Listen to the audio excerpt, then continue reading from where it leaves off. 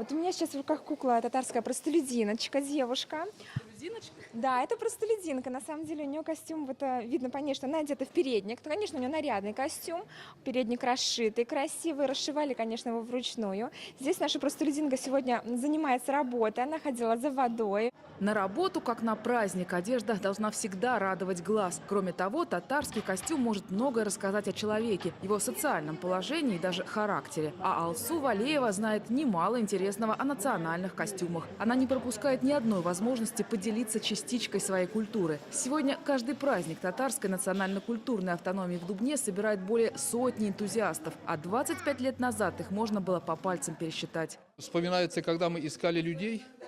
Первая встреча – это каждый пригласил своих знакомых вокруг себя. С этого началось. А потом уже пошла информация по городу.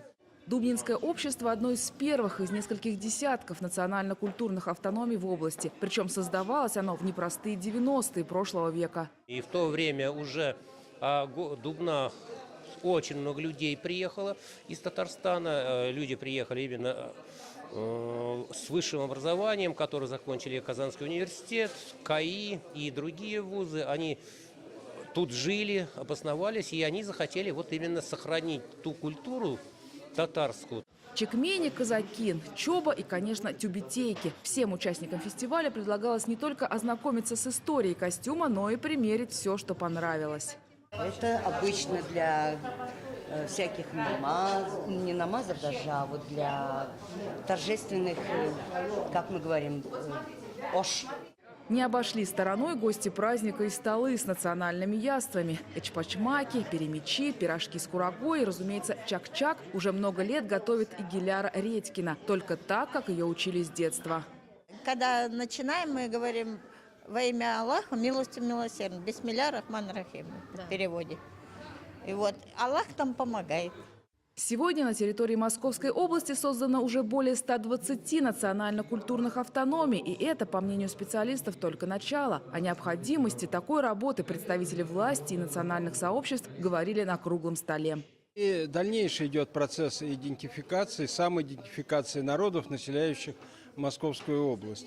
У нас в последнее время появились национально-культурные автономии ингушская, цыганская.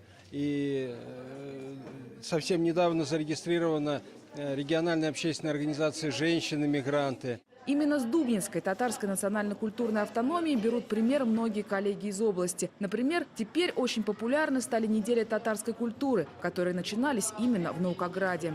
На самом деле у нас мероприятие, конечно, там проходит очень ярко. Вот, уж такой день там говорил, что вот, мы же их там в центре устраиваем, национальной культуры. Это достаточно маленькое помещение. Вот, и когда мы собираем их на новогодние встречи, там буквально просто не хватает помещения. Видно, что конечно, уже пора, наверное, думать, расширяться надо.